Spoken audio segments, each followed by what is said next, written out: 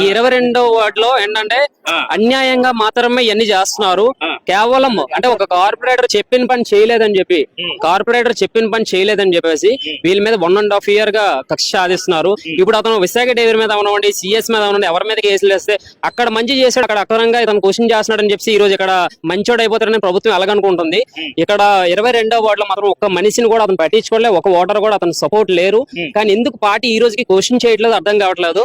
ఇప్పుడు ఎక్కడో జరిగిన విషయాలన్నీ అతను తీస్తున్నప్పుడు వార్డును గాలికి వదిలేసి ఎక్కడో తీస్తున్నాడు అంటే డబ్బు సంపాదించడం కోసం మాత్రమే అతను వీటి మీద ఫోకస్ పెడుతున్నారు తప్ప ఇక్కడ వార్డులో ఏం జరుగుతుంది ఏంటనేసి ఇప్పుడు సీఎం అవనివ్వండి, నారా లోకేష్ గారు అవనివ్వండి, మన డిప్యూటీ సీఎం గారు అవనివ్వండి, ఎవరైనా సరే దీన్ని అసలు కనుక్కోవాలి. ఇప్పుడు ఒక దగ్గర రైట్ అవుతుందని చెప్పి ఇంకో దగ్గర రాంగ్ చేయడం కరెక్ట్ కాదు కదా. ఇప్పుడు ఏంటంటే బండి రిపేర్ చేసిన బండిని పట్టుకోవాల్సిన అవసరం లేదు. ఇప్పుడు బండి కోసం అడిగితే వీళ్ళు ఎవరికి సంబంధం లేనన్నారు, కానీ సిసి పూడేలో వీళ్ళందరూ ఉన్నారు. అండ్ తర్వాత ఇప్పుడు బండి ఏమో ఇస్తాము రండి అని చెప్పేసి పిలిచారు, కానీ బండి దగ్గర బండి ఉంది కానీ దాని సామాన్లు కూడా ఏమి లేవు. మేము 20,000 సామాన్లు మాత్రం కొనడం జరిగింది. వర్కర్స్ మాత్రం అక్కడ నుంచి వెళ్ళడం వల్ల ఇదంతా జరిగింది. ఎవరు లేని టైంలో రౌడిజం చేసి ఇలాగ దొంగతనంగా పట్టుకోవాల్సిన అవసరం సచివాలయం ఎందుకు ఎవరికి పనిచేస్తుంది? ప్రభుత్వానికి పనిచేస్తుందా, లేదంటే ప్రజలకు పనిచేస్తుందా, లేదంటే మన పీతలమూర్తి యాదవ్కి పనిచేస్తుందా? కానీ ఖచ్చితంగా చెప్తున్నా ఈ సచివాలయం 22వ వార్డు సచివాలయం మాత్రం పీతలమూర్తి యాదవ్కి మాత్రమే పనిచేస్తుంది. వీళ్ళందరూ లంచాలు తీసుకుంటున్నారు. వాళ్ళ కాల్ లిస్ట్ కూడా ప్రతి ఒక్కరిది నా దగ్గర ఉంది. ఖచ్చితంగా ఇవన్నీ బయట పెడతాను. ఖచ్చితంగా వీటికి సమాధానం చెప్పాలి. ఇప్పుడు కానీ సమాధానం చెప్పతే జీవీఎంసీ కమిషనర్ అవనివ్వండి, సిపి అవనివ్వండి, కలెక్టర్ గారు ఎవరైనా సరే దీనికోసం సమాధానం చెప్తే తీరాల్సిందే. ఇక్కడ పీతలమూర్తి యాదవ్ అతను అడిగిన 40 రూపాయలు లంచం అవనివ్వండి, నెక్స్ట్ అతను రెంటల్ చేసుకుందాం అనుకున్న షాపులు, ఇప్పుడు తోపుడు వాళ్ళు ఏవైతే రెంటల్ చేద్దాం అనుకున్న అతను ఆధ్వర్యంలో జరగాలనుకున్నవి ఎప్పుడైతే వీళ్ళు వినలేదో, ఈ షాపు వాళ్ళు ఎప్పుడైతే వినలేదో, పీతలమూర్తి 1.5 year నుంచి వీళ్ళకి కక్షపూర్తంగా వీళ్ళ మీద ఫోకస్ పెట్టి మరి వీళ్ళు ఇబ్బంది పెడుతున్నాడు. రోజులైంది వీళ్ళందరూ తిండి తిప్పలేక, స్కూల్ ఫీజులు కట్టుకోలేక చాలా ఇబ్బందులు పడుతున్నారు. దీనికి ప్రభుత్వం దిగి రావాలి, ప్రభుత్వం అడగాలి. ఇప్పుడు సాధారణమైన మనిషి మీద హైకోర్టులో కేసు చేయాల్సిన అవసరం ఏమొచ్చింది? ఇప్పుడు నిజంగానే వీళ్ళు తప్పు చేస్తుంటే ఇక్కడ జిల్లా కోర్టు ఉంది, జిల్లా కోర్టులో కేసు వేయచ్చు కదా. అంటే సాధారణ మనిషి హైకోర్టుకి వెళ్ళారన్నా. ఇప్పుడు ఈ రోజు హైకోర్టుకి వెళ్ళడం వల్ల వీళ్ళందరూ డబ్బులు వేసుకొని చేయడానికి కూడా కొంచెం వెనకాడుతున్నారు. ఇలాంటి వాళ్ళకి ఖచ్చితంగా ప్రభుత్వం దిగి పవన్ కళ్యాణ్ గారు కూడా దీన్ని స్పందించి దీని క్లియరెన్స్ లెటర్ అనేది ఇప్పిస్తారని కోరుకుంటున్నాం. రైట్ అండి. అంటే ఈ పక్క మీరు ఒక మాట అన్నారు, ప్రభుత్వాలు పట్టించుకోవట్లేదు, కూటమి ప్రభుత్వం పట్టించుకోవట్లేదు, జనసేన పవన్ కళ్యాణ్ పట్టించుకోవట్లేదు అన్నారు. అంటే వీళ్ళు వెళ్ళి ఏమైనా రిపోర్ట్ చేశారా ఆయనకేం చెప్పారా? ఇప్పుడు ఈ తోపుడు వాళ్ళు ఎవరైతే ఉన్నారో వీళ్ళందరూ మంగళగిరి ఆఫీస్ కి 2 సార్లు వెళ్ళారండి.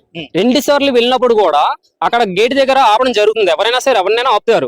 ఆపినప్పుడు ఎందుకు వచ్చారు, దేనికి వచ్చారంటే ఇలా జరుగుతుందంటే గేట్ దగ్గర ఒక ఎమ్మెల్యే కూర్చోబెట్టి మీకు 100కి 200% మా పార్టీలో ఇలాంటివి ఏమి జరగవు, 100కి 200% మేము చేసి పెడతామని చెప్పేసి అతను హామీ ఇస్తే మళ్ళీ రిటర్న్ రావడం జరిగింది. కానీ మళ్ళీ మనకు సమస్య అనేది వచ్చింది.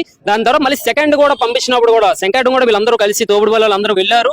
మంగళగిరి ఆఫీస్కి వెళ్తే పవన్ కళ్యాణ్ గారిని ఎలాగైనా కలాలని చూశారు. కానీ అక్కడ ఉన్న పిఏ మీకు ఎందుకు, నేను చేసి పెడతాను కంగారు పడకండి వాళ్ళు కూడా పంపించారు. కానీ పవన్ కళ్యాణ్ గారిని ఎప్పుడు కలుద్దాం అన్నా సరే అతను వారాహి పూజలో ఉన్నారు, ఇందులో ఉన్నారు, అక్కడ ఉన్నారు, ఇక్కడ ఉన్నారు అని చెప్పడం జరిగింది. అలాగే ఆపోజిట్ లో ఉన్న నారా లోకేష్ గారు ఆఫీస్ కూడా వీరు వెళ్ళారు. వెళ్ళిన తర్వాత ఇప్పుడు మా కూటమి ప్రభుత్వం కలిసి చేస్తుంది కదా, సో ఆ పార్టీ కోసం చెప్తే ఆ పార్టీ ఆఫీస్ లోనే మీరు చెప్పాలి, ఇక్కడ చెప్పకూడదని చెప్పి బయట గేట్ దగ్గర నుంచే ఈ 33 మంది ఫ్యామిలీని పంపించడం జరిగింది.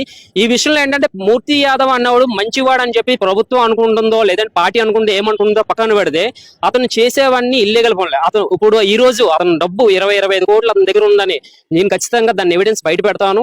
ఎందుకంటే ఈ రోజు ఈ తోపుడు వాళ్ళ విషయంలో ఇప్పుడు చాలా మంది మీద, పెద్దోళ్ళ మీద అతను కేసులు వేయడం వల్ల అతను మంచోడు అని చెప్పేసి బయట ఎవరనుకున్నా, కానీ ఇక్కడ ఒక 333 ఫ్యామిలీలు చాలా ఇబ్బందులు పడుతున్నాయి. ఇలాంటి విషయాల్లో ప్రభుత్వం ఖచ్చితంగా తీసుకోవాలి. ఎందుకంటే స్పందించకపోతే ఇలాంటి బ్రతుకులు ఇక్కడ ఒక కార్పొరేటర్ ఎంత ఆట ఆడిస్తున్నాడంటే, ఒక ఎమ్మెల్యే అవనండి, ఒక ఎంపీ అవనివ్వండి, మొత్తం రాష్ట్రం మొత్తం మీద ఉన్న ప్రతి అధికారి ఎంతమంది ప్రజలకు ఎన్ని ఇబ్బందులు పడుతున్నారో ఒకసారి సీఎం దీన్ని స్పందించాలి. ఖచ్చితంగా పవన్ కళ్యాణ్ గారు కూడా ఖచ్చితంగా స్పందించాలి. మీ పేరు చెప్పండి. నా పేరు శంకర్, దేవర శంకర్. అంటే ఇక్కడ ఒక మాజీ కార్పొరేటర్ ఉన్నాడు టీడీపీ, అలాగే ఒక రన్నింగ్ ఎమ్మెల్యే ఉన్నారు. మరి వీళ్ళు ఎవరు కూడా పట్టించుకోవట్లేదు, అది కలిసి ఇన్వాల్వ్మెంట్ అవ్వట్లేదు. కారణాలు ఏంటి? వీళ్ళని భయపడుతున్నారా మూర్తి యాదవ్ గారికి? ఇప్పుడు ఏంటంటే ప్రతిసారి వీళ్ళు ఎమ్మెల్యే గారి దగ్గరికి ఇప్పుడు జరుగుతున్నప్పుడల్లా వెళ్తూనే ఉన్నారు. ఎమ్మెల్యే గారు కూడా మిమ్మల్ని చూస్తే మాకు జాలి వేస్తుంది, మీకోసం ఖచ్చితంగా నిలబడతాము అని చెప్పి పంపిస్తున్నారు.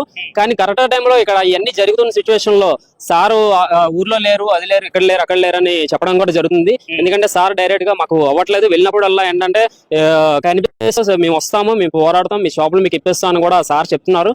కానీ ఏంటంటే ఇక్కడ ప్రాబ్లం వచ్చినప్పుడు మాత్రం ఈ 1.5 year గా ఇప్పటికీ చాలా సార్లు బళ్ళు ఎరగొట్టాలు, లేదంటే వీళ్ళ మీద ఈ ఆడవాళ్ళ మీద కూడా చేయలేసుకోవడం కూడా జరిగాయి చాలా మంది మీద. సో ఇలాంటి విషయాల్లో మేము ఖచ్చితంగా హెల్ప్ చేస్తామని టీడీపీ ప్రభుత్వంలో ఉన్న వెలపూడి గారు కూడా చెప్పారు. కానీ ఇక్కడ జరుగుతున్న సమయంలో అతను ఊర్లో లేకపోవడం జరుగుతుంది. మళ్ళీ మేము ఒకసారి ఎమ్మెల్యే గారిని కలడానికి ట్రై చేస్తున్నాము. ఏంటండి మీరు అన్నది నిజమైతే, ఒకవేళ నిజమైతే మీరు అన్నది నిజమైతే మరి ఇప్పుడు జరిగింత కాలం అయింది కదా, మరి నిజంగా షాపులు వచ్చి పెట్టించాలి కదా, మరుసటి రోజు పెట్టించాలి కదా. ఎమ్మెల్యేలు భయపడకపోతే ఎందుకు అది జరుగుతుంది? అది మనకి ఏం చెప్తారు? ఇప్పుడు ఎమ్మెల్యే గారికి ఏదైనా చెప్పినా, ఒకవేళ అంటే మేము కలవడానికి అతను దూరంగా ఉన్నా సరే, ఫోన్ లో మనం ఒక మాట చెప్పినా సరే అతను ఒకటే అంటున్నారు, కోర్టులో ఇది కేసు వేశారు, కోర్టులో కేసు వేయడం వల్ల ఏంటంటే మేము మాట్లాడడం కొంచెం ఇదవుతుంది. మేము ప్రభుత్వం మా పార్టీలో ఎలాంటి జరుగుతున్నా కాబట్టి మేము చెప్పడం వరకు అధికారులకు చెప్తున్నాము. కాకపోతే ఏంటంటే